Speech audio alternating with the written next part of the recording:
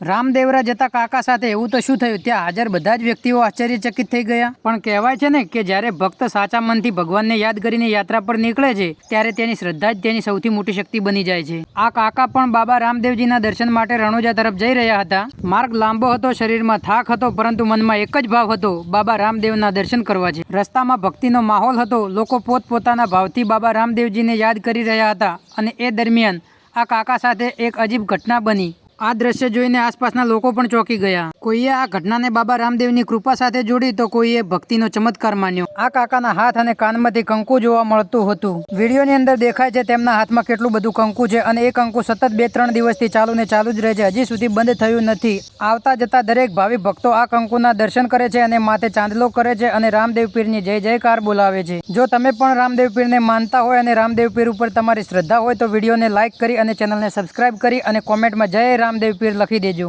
અને મિત્રો, તમે પણ આ કાકાને રામદેવરા પગપાળા યાત્રા કરવા જતા જોયા હોય અને તમને કેટલે મળ્યા હતા અને તમે પણ રામદેવ પીરના દર્શન કર્યા હોય તો એ પણ કોમેન્ટમાં જરૂર જણાવજો. જય રામદેવ પીર.